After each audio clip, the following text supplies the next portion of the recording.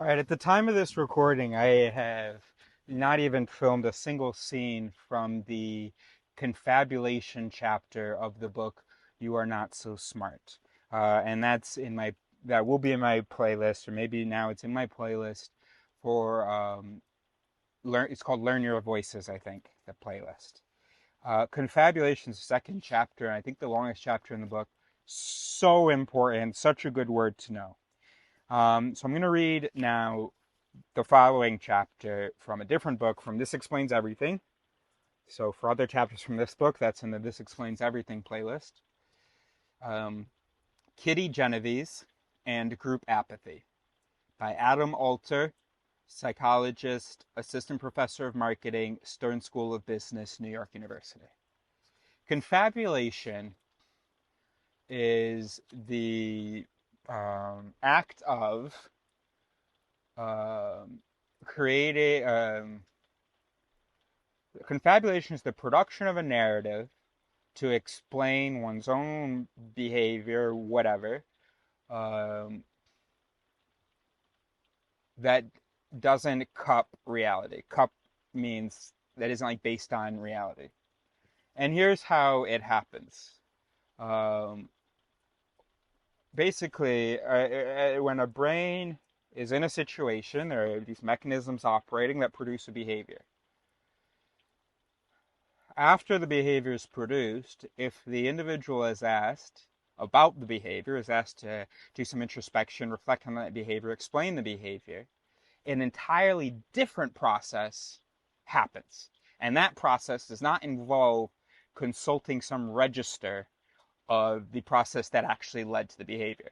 That's not a system in the brain. Um, so, so you do a thing or you perceive a thing, whatever, and the last thing that you're going to accept is that like something went wrong in my brain for me to produce that. So basically what's going to happen is your brain is going to come up with a narrative that makes you look pretty good and that sort of fits the whole situation together. So here's an example of that. There's a delusion called Capgras delusion, Capgras. And that's a delusion where it's called when you think that other people are imposters. So here's how it happens.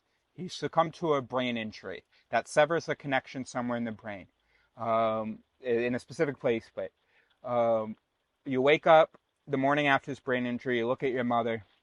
She brings you breakfast because she's taking care of you because she just had a brain injury. And you go, whoa, what the fuck have you done with my mother? And she goes, oh, sweetie, it's me.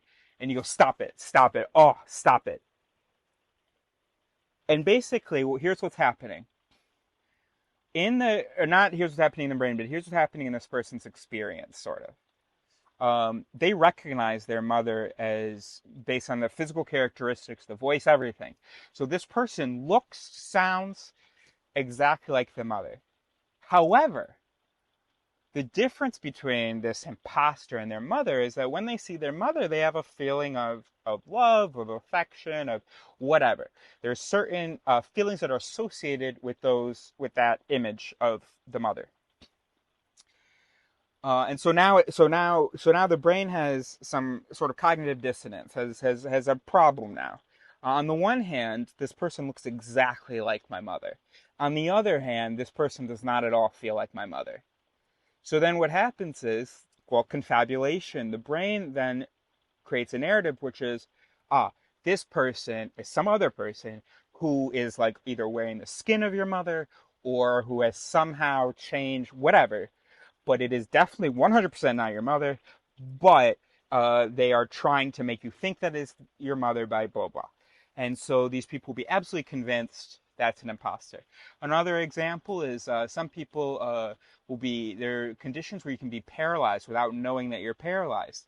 And so then the doctor says, hey, you want to eat hey, prove to me you're not paralyzed. Grab a cookie from that plate. And then the person might respond, as was mentioned in the confabulation chapter, oh, I'm trying to watch my weight. Literally. In reality, they cannot move their arms because they don't, for some reason, feel paralyzed. Because there's some sort of in the brain, they don't think that they're paralyzed somehow. But then why am I not picking that up? Well, because I'm watching my weight. And they actually seriously believe that. Okay, so now let's get into this chapter. I'm going to read the last sentence of the second to last paragraph, and because it relates to confabulation, and then I'll read the whole chapter, which is, that's it, 2 pages, okay? When interviewed later, these students said they chose not to act because they concluded the smoke was benign, steam or air conditioning vapor, and they claimed that they had paid little or no attention to how others in the room reacted. Okay? So, students that were involved in this experiment, that were subjects in this experiment, they were like, yo, why didn't you act? And we'll see what that means. They're like, oh, well, I didn't think the smoke was like a big deal. And no, I didn't. It's not based on what other people did. I didn't even pay attention to what they were doing. Okay. The most elegant explanation in social psychology convinced me to pursue a PhD in the field. This is Adam Atler again. No, Adam Alter, Kitty Genovese, and group Apathy. And Kitty Genovese is, of course, that New York. Well, you'll see. He talks about it. Every few years, a prominent tragedy attracts plenty of media attention because no one does anything to help.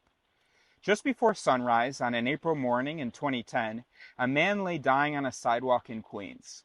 The man, a homeless Guatemalan named Hugo Alfredo Taleax, had, you know what? Every time I thought it said Yale tax. And now that I had to read out loud, I'm realizing it does not say Yale tax. Taleax had intervened. Oh, the man, a homeless Guatemalan named Hugo Alfredo Taleax, had intervened to help a woman whose male companion had begun shouting and shaking her violently. When Taleax intervened, the man stabbed him several times in the torso. For 90 minutes, Taleax lay in the growing pool of his own blood as dozens of passers-by ignored him or stared briefly before continuing on their way. By the time emergency medical workers arrived to help, the sun had risen and Taleax was dead. Almost half a century earlier, another New Yorker, Kitty Genovese, was attacked and ultimately killed while dozens of onlookers apparently failed to intervene. And this is where we get the term bystander effect from it. I don't know whether we got it from that, but that's like, if you think of bystander effect, you think of Kitty Genovese. Since then, there's been like, maybe it wasn't quite the situation we thought, but that just might be people confabulating. A New York Times writer just decried the callousness of New Yorkers, and experts claimed that life in the city had rendered its citizens soulless. As they would in response to Taleax's death, pundits wondered how dozens of people with functioning moral compasses could possibly have failed to help someone who was dying. Social psychologists are taught to overcome the natural tendency to blame people for apparently bad behavior and to look instead for explanations in the environment. I would cross out environment because the tendency should be to look in evolution rather than just blame, but to look at how the programming came to be that way.